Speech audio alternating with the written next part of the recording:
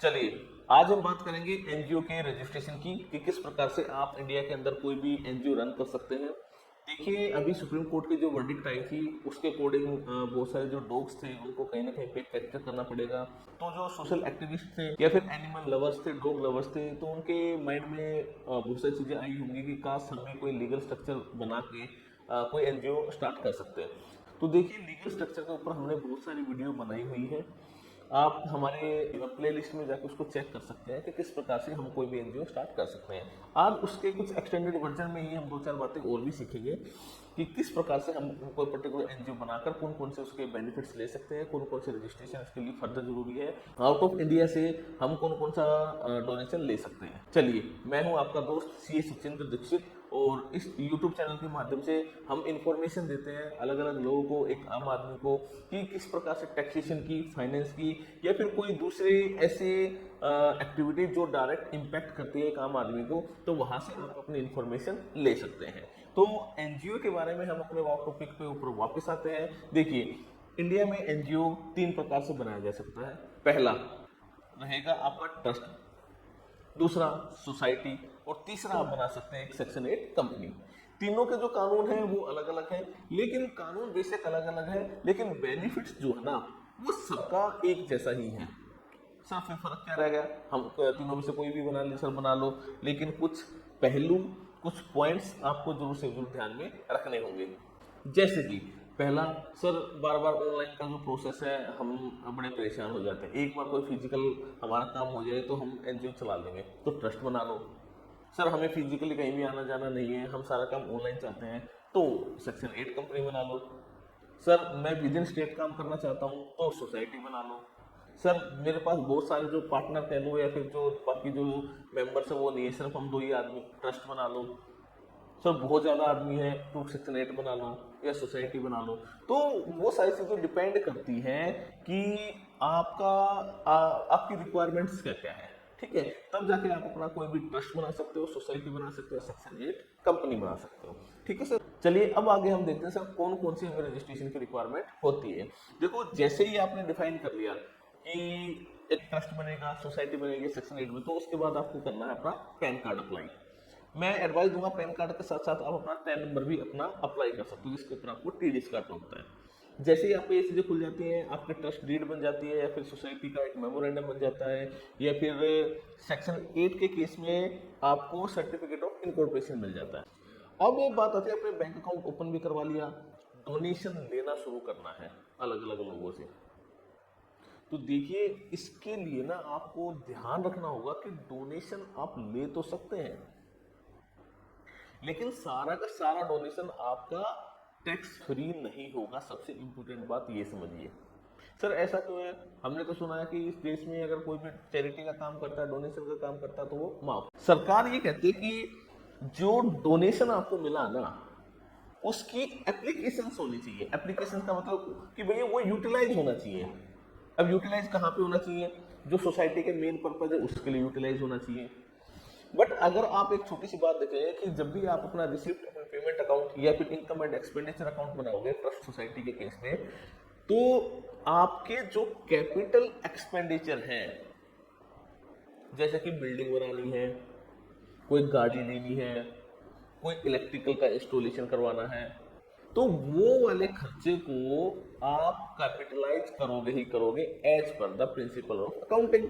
Sir बिल्कुल ठीक है, बट सरकार कहती है भैया ऐसे हम नहीं करने देंगे।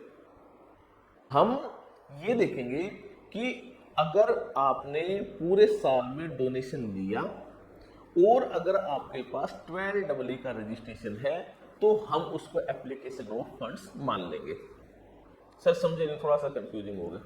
अरे भाई सिंपल है, सरकार कहती है कि अगर आपने डोनेशन लिया और उसकी बिल्डिंग बना दी, लेकिन अगर आपके पास 12EE का रजिस्ट्रेशन नहीं है, रिपीट कर रहा हूं, अगर डोनेशन लिया, बिल्डिंग बना दी और 12EE का रजिस्ट्रेशन नहीं है, तो वो उसको एज एन एक्सपेंस नहीं माना जाएगा। दे दो सर एक, हाँ बिल्कुल देता हूँ। देखो 1 करोड़ की डोनेशन मिलेगी, उसमें से 90 लाख रुपए आपने एक तरीके का बिल्डिंग बना दी, तो अगर आपने 12EE का रजिस्ट्रेशन ले रखा है तो वो सारा माफ हो जाएगा, कोई टैक्स नहीं लगेगा, 10 लाख रुपए आप बचा सकते हो। लेकिन यही चीज अगर आपने 12AA का रजिस्ट्रेशन नहीं लिया और आपने अगर खर्च कर दिए बिल्डिंग बनाने में, तो उसको एप्लीकेशन ऑफ फंड नहीं माना जाएगा। तो बेसिकली अगर मोटा मोटी बात की जाए ना, सबसे इंपॉर्टेंट अगर मैं क्रक्स की बात करूँ तो वो ये है कि भैया ट्रस्ट खुलवाओ कोई दिक्कत नहीं है, सोसाइटी खुलवाओ कोई दिक्कत नहीं है, सेक्शन 8 खुलवाओ कोई दिक्कत नहीं है, लेकिन अपना 12AA का रजिस्ट्रेशन साथ के साथ ले लो।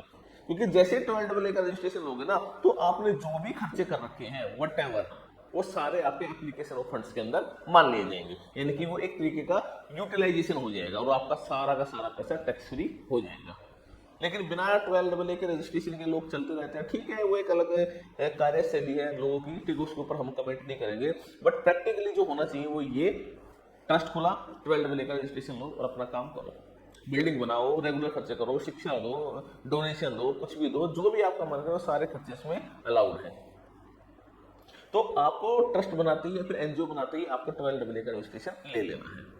अगली बात करते हैं सर, इसके एक हमने सुना 80G का रजिस्ट्रेशन, वो भी क्या होता है? देखो 80G का रजिस्ट्रेशन का वो मतलब जो होता है वो ये है कि जो डोनर होगा, जो आपको दान देगा, उसको टैक्स का बेनिफिट मिल जाएगा।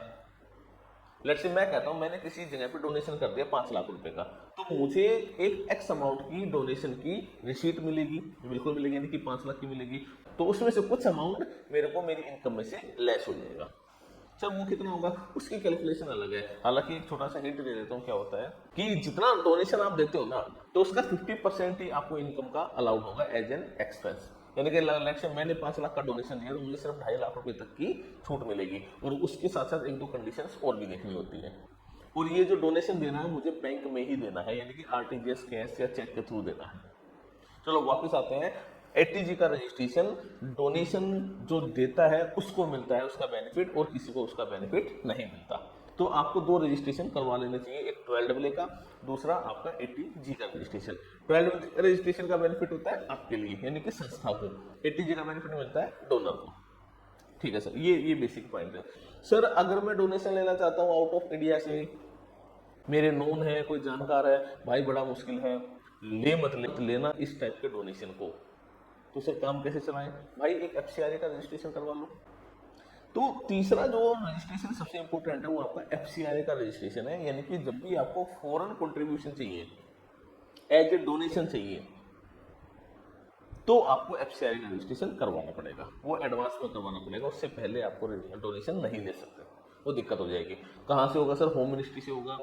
मुश्किल है? हाँ जी बिल्कुल मुश्किल है, आसान नहीं है लेना, कई सारी वेरिफिकेशन है, 5 से 6 महीने का टाइम लग जाता है, लेकिन मिल जाता है, ऐसी कोई बात नहीं है सर। उसके बाद क्या होगा, फिर एफसीआरए के कंप्लायंसेस पूरे करने पड़ेंगे, उनकी रिटर्न्स भरनी पड़ेगी, उनका एक सेपरेट अकाउंट होता है, तब जाके आपका ये काम बनेगा। फिर वेरिफिकेशन है, क्योंकि सरकार कहती है कि इस देश में ना लोगों को टेररिस्ट फंड और ये वो जो पैसा या फिर एंटी गवर्नमेंट मूवमेंट चलती है, कई बार वो आउट ऑफ इंडिया के लोग जो भी हैं मेलाफाइड इंटेंशन वाले, वो चाहते हैं कि सरकार गिर जाए या कुछ भी हो जाए, तो उसके लिए अलग अलग एनजीओ को पैसा देते हैं।